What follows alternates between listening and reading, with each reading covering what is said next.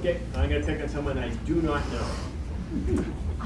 Gentleman in hat there, yeah. Hi, my name is Bernard. I live in Selly Valley. I'm surprised no one's brought up the issue of water. This is to all the candidates. Where do you stand on water adjudication, and do you have plans to push back against this blatant attempted overreach by Boise? I have no answer. Water adjudication was a big question for many years, especially when I was first elected, and it seemed like it was an overreach.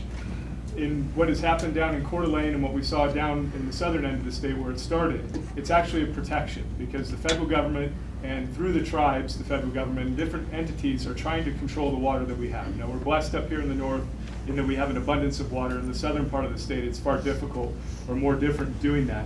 And the concern was always, are they going to put meters on wells? And that's what we heard back then. But as this has worked itself out and seeing how we can protect what is our resource, and the resource that generally comes with your property when you buy that property, this adjudication process has shown itself to be a positive, so long as everybody's involved in adjudicating their land and then having a seat at the table. If it's something we ignore, then the federal government and all their lawyers can come in and they work through the tribes and the Department of the Interior and all this, and they can win the day in that sense and have primacy. They will get the first draw. I don't know if it'll ever come to that up here, but theoretically Washington could be calling for our water if we don't have this structure set up, is the way it's looking. So right now we're involved in that adjudication process in this basin, basically, which is out to the east and up almost all the way to Bonners Ferry or Boundary County, that basin 98 I think it is not in that adjudication process at this point, but Clark Fork is in the eastern part of Bonner County and heading north a little bit and doing that. As I've looked at it, I see it as a positive to protect what's yours on your property. I don't see it as a threat. They're not going to put wells. They've explicitly stated that. I mean, meters on your wells. We've looked at that over and over in doing that. If you were a large commercial producer, perhaps, and that's what happens in the southern end of the state, but for individual property owners, no, in doing that. Phil Hart, Legislative District 2, Senate seat. I actually voted on some of the adjudication bills. I guess this has been going on for a long time. And the principle is first in time, first in right. And if the state did not adjudicate the water rights, the federal government would have done it for us. And so it's better to have it under state control than federal control. And those are my comments. Dale Hawkins, LD2. The water adjudication thing does get me a little confused because it is first in time, and yet when I file, I think, it's got to be 10, 12 years ago, and I got the little certificate they send you back, and then 4 months later I got one from the state of Idaho saying, well, the Fed and the tribe may supersede your right to your water. And I still have both those documents. So I don't know that they're doing the protection at the state level that we think they're doing. So it's a critical thing. I mean, they locked it all up a while ago in Boise and then turned around, and I don't know how many millions of gallons they just awarded to Facebook's new facility that the legislature also gave them $1.8 million of tax-free access. They gave them a tax break. While we can't get 10 cents off our taxes, they gave it to Facebook in Ada County. I think it's going to be in Ada County, the facility. So stuff is still not making sense. So and if you're not aware of that, you can look it up. We gifted them $1.8 million in property tax revenues, and we're going to give them a bunch of water that nobody else could get, including farmers. Spencer Hutchings, 1A. I grew up in, believe it or not, some of you may have lived in California at some point in your life. I grew up in the 70s and 80s in California in the Central Valley, which is basically a desert. And when I grew up there, it was kind of like this place. It's kind of why I live here now, because I was trying to get back to the way it used to be, the kind of place I used to live in, just outside Yosemite National Park. So we've been fighting with water and water issues basically my entire life. People would move in, they'd suck all the water, they'd put a development in, they'd suck all the water out of a certain area, and everybody'd have to re-drill their wells deeper. So I've been dealing with water stuff my whole life. Up here in Idaho, I laugh when people complain about it raining or snowing or something, and I just think how blessed we are that we have all this moisture here.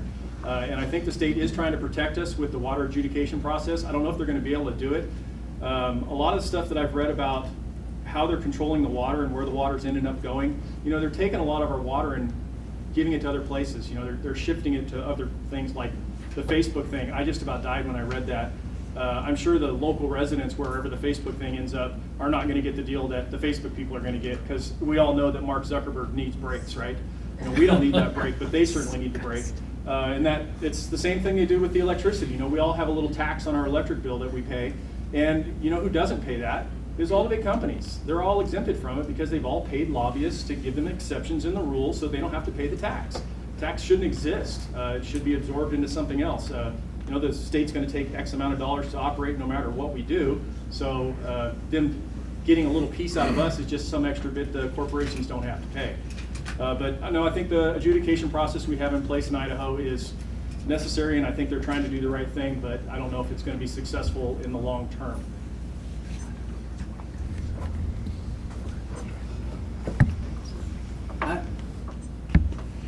Adam Rourke, seat 1A again. I am also confused by how the adjudication process is going to go, because I see where a good idea can be corrupted quite easily. And while they will tell you one thing, they're making plans and deals out the back door to do another thing. So I'm highly suspicious of that. And I've been in favor of removing that or modifying it so that they can't give our water away.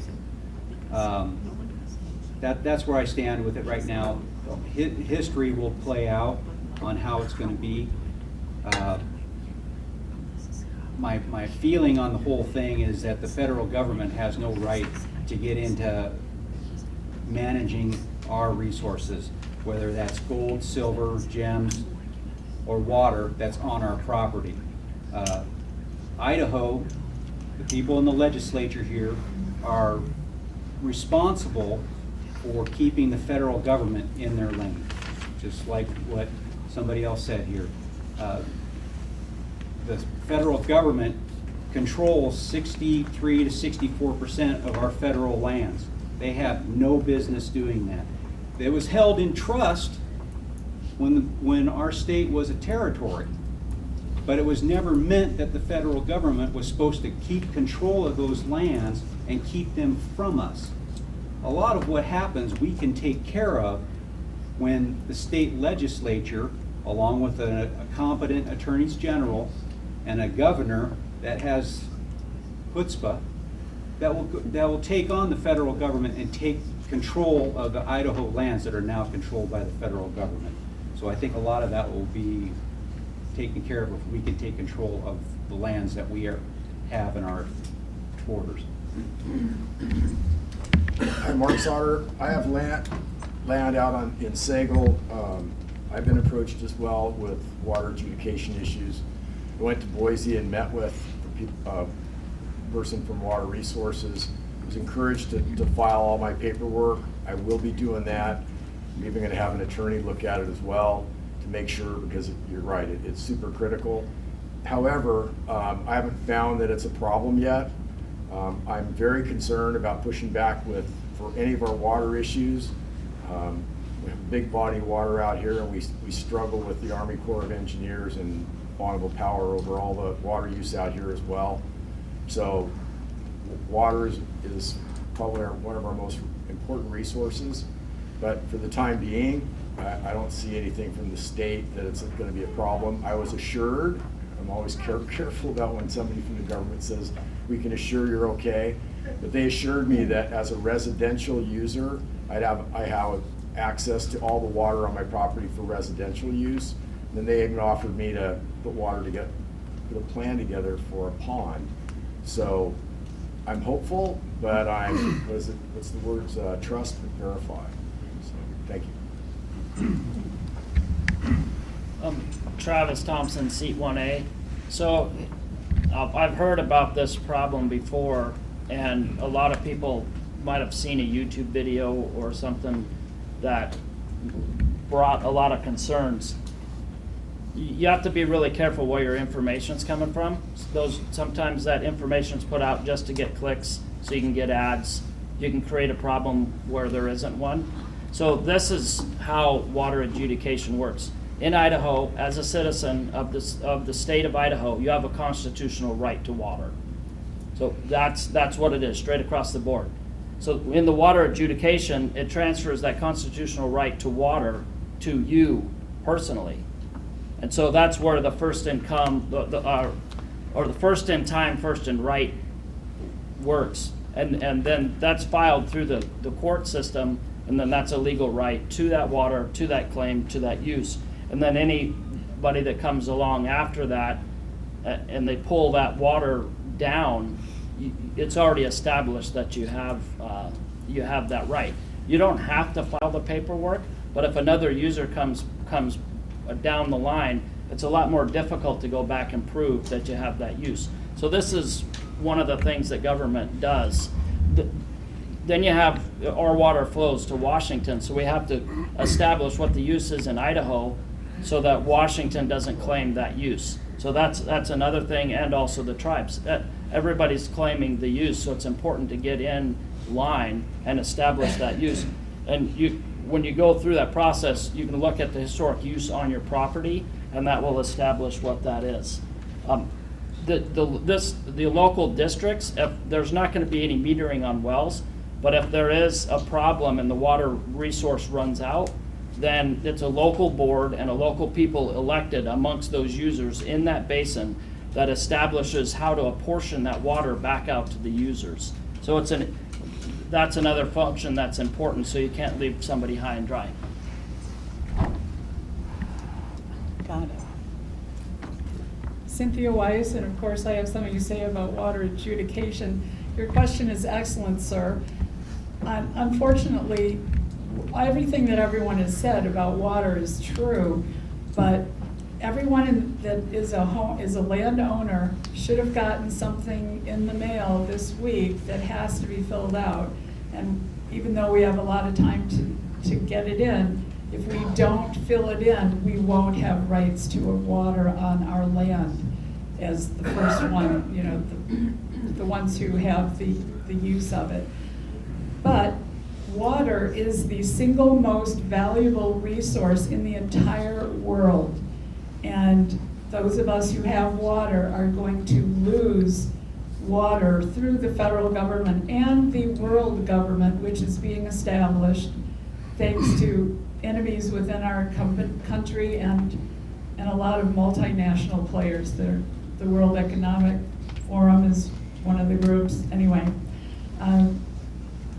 we have to protect our water, and there, as was said, we are fighting for our water against the state of Washington and the tribes, and we just have to remember we're all Americans here, and we need to unite and find a solution that keeps us all with water.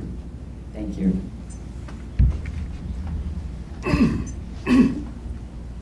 Scott Ernan. On my website, I actually have an article on water adjudication. So biblically and historically, government should do two things. One, you punish criminals where there's an actual victim. And two, government is a good vehicle for dispute resolution. When you can't agree with your neighbor on something yourself, you go to a judge to get something adjudicated and get a dispute resolution.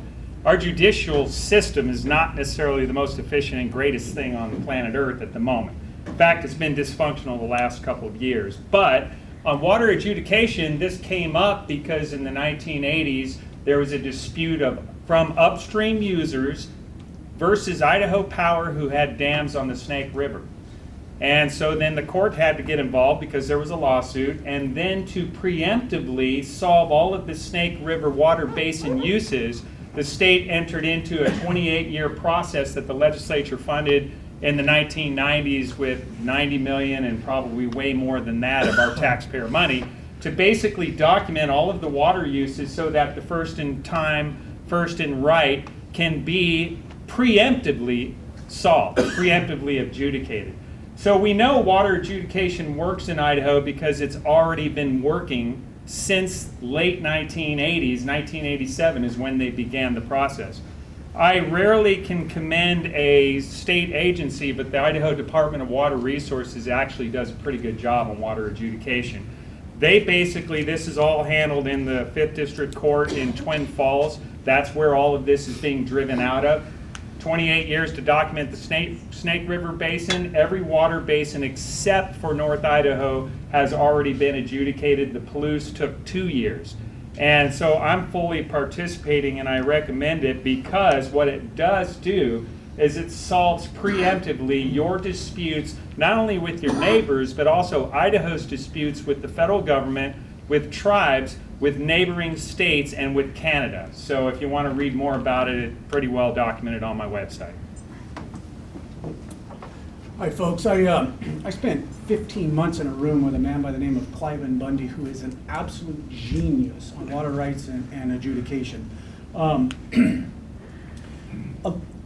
Everything these folks are saying is good information, but I think I understand where you're coming from, sir, in that we don't want government on our property and in our wells. But when there is an issue, as Scott has stated and many others, we do need a mediator that's going to handle it. So I buy 20 acres and somebody buys 80 above me on the same stream, and he drains the stream dry. What occurs then is we go and it is judged by a state entity, the water board, and they come in and they fight for you because you have adjudicated your water. You have got a right to it and somebody else can't take it all. But I understand, and I think this is where you're going, and I have the same concern. It's that today to register your water is $100. In 20 years from now, what stops the state from charging $5,000 when you want to split your 20 into 2/10? And where does this slippery slope end? We saw problems obviously at the Bundy Ranch, and many of you know what occurred down there but don't know the complete story. That was a lot of that was over 11 water rights that Cliven Bundy owned. And what occurred is a shame because the federal government came in and wanted those water rights, and the state did not come in and defend him and stick up for him. And that's one of the main reasons that we ended up where we ended up in that situation. So I think, am I hitting on the, Pretty much. yeah, so I see where you're coming from, and I'm concerned also that 20 years from now, it's $20,000 to buy your water right. And that is where I have concerns. This is such an important issue for. It is, yeah, agreed. Whether you're rural or the city, I mean, it's going to affect all of us. But I like it that there is a mediator between neighbors, okay? So we got to kind of be flexible in this.